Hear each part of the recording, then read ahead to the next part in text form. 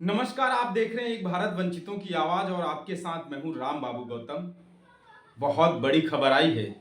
खबर यह है कि कांग्रेस के एकमात्र सीनियर नेता बाबा और गांधी परिवार के बहुत नजदीकी, नाम है आचार्य प्रमोद कृष्णम, इनको कांग्रेस ने 6 साल के लिए बाहर कर दिया है। आरोप है कि वो कांग्रेस की विचारधारा और अनुशासन के खिलाफ बयानबाजी दे रहे थे।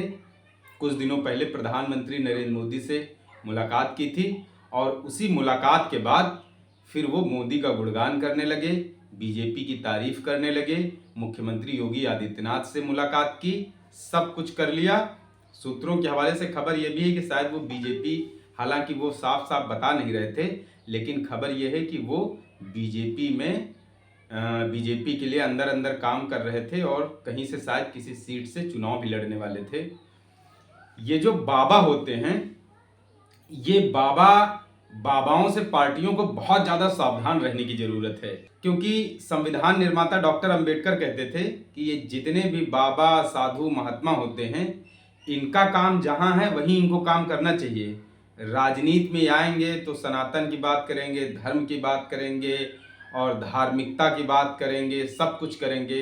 भाई आपका काम है आध्यात्मिक चीज़ें, अध्यात्म धर्म के बारे में बात करना। आप लोगों को जागरूक करिए, लोगों से बात करिए, लोगों को सुख शांति कैसे समृद्धि है इन सब पे बात करिए। राजनीति में आपका क्या काम है? और अगर आप राजनीति में आते भी हैं तो आपका एजेंडा क्लियर होना चाहिए। ये जितने बाबा होते हैं, इनका कोई समाज के लिए, दलितों के लिए, पिछड़ों के लिए, वंचितों के लिए क्या करना चाहिए, गरीबों के लिए देश कैसे समृद्ध बने, कैसे विकसित बने, इस पर ध्यान कम रहता है। बाबाओं का ध्यान किससे रहता है?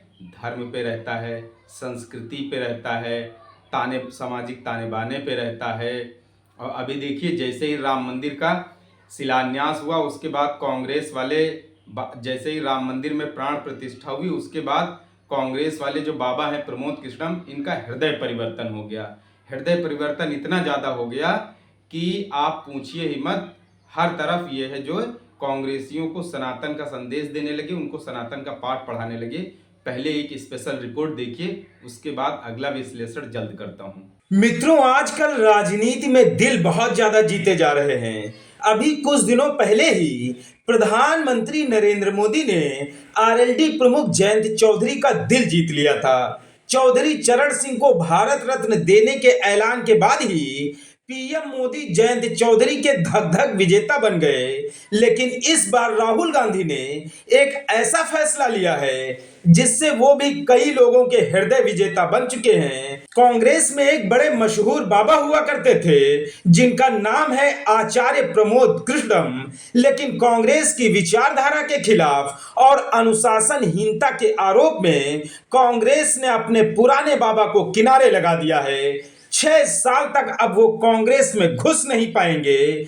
बड़ी बड़ी दाढ़ी बाल वाले बाबा को कांग्रेस ने 6 साल तक के लिए वनवास पर भेज दिया है। प्रमोद कृष्णम कांग्रेस में काफी सीनियर नेता थे। राहुल और प्रियंका गांधी तक उनकी सीधी पहुंच थी। लेकिन इधर बीजेपी के राम राज्य वाली धुन में प्रमोद कृष्णम भी काफी ज्यादा गुनगुनाने लगे थे।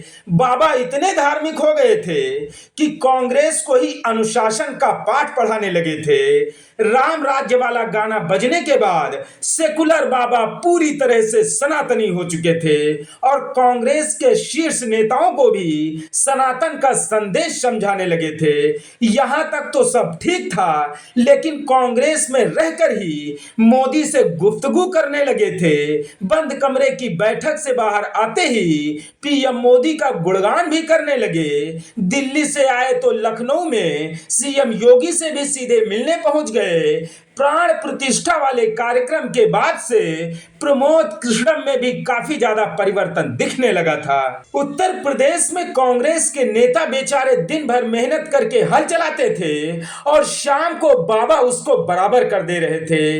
यूपी कांग्रेस कमेटी के कई नेता प्रमोद कृष्णम के आचरण से अजीज आ चुके थे। सीधे आला कमान से शिकायत की गई। आला कमान ने भी बिना देरी लगाए बाबा को 6 साल साल तक के लिए कांग्रेस से बाहर कर दिया। सूत्रों के हवाले से ऐसी खबर भी है कि बाबा शायद पश्चिमी यूपी की किसी सीट से बीजेपी के टिकट पर 2024 में ताल ठोंकने वाले थे। लेकिन अगर आप बाबा हैं तो पिक्चर को पूरी तरह से आपको क्लियर करना पड़ेगा। लक्ष्य एक है तो फिर दो नावों पर सवारी आप कैसे कर सकते हैं? दरअसल प्रमोद कृष्णम श्री काल्की धाम के पीठाधीश्वर हैं। कल्की भगवान विष्णु के 10वें अवतार माने जाते हैं। 19 फरवरी को संभल में कल्की धाम का शिलान्यास होना है।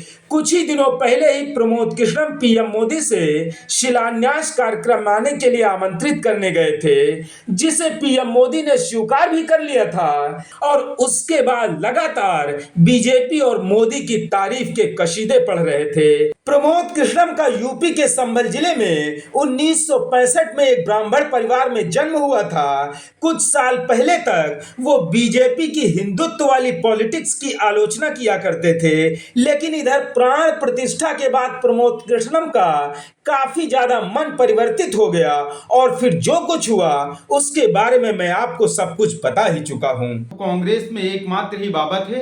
अब उनकी जो है उत्तर प्रदेश में छुट्टी कर दी गई है। फिलहाल उत्तर प्रदेश में जो कांग्रेस है वो बाबा मुक्त हो गई है।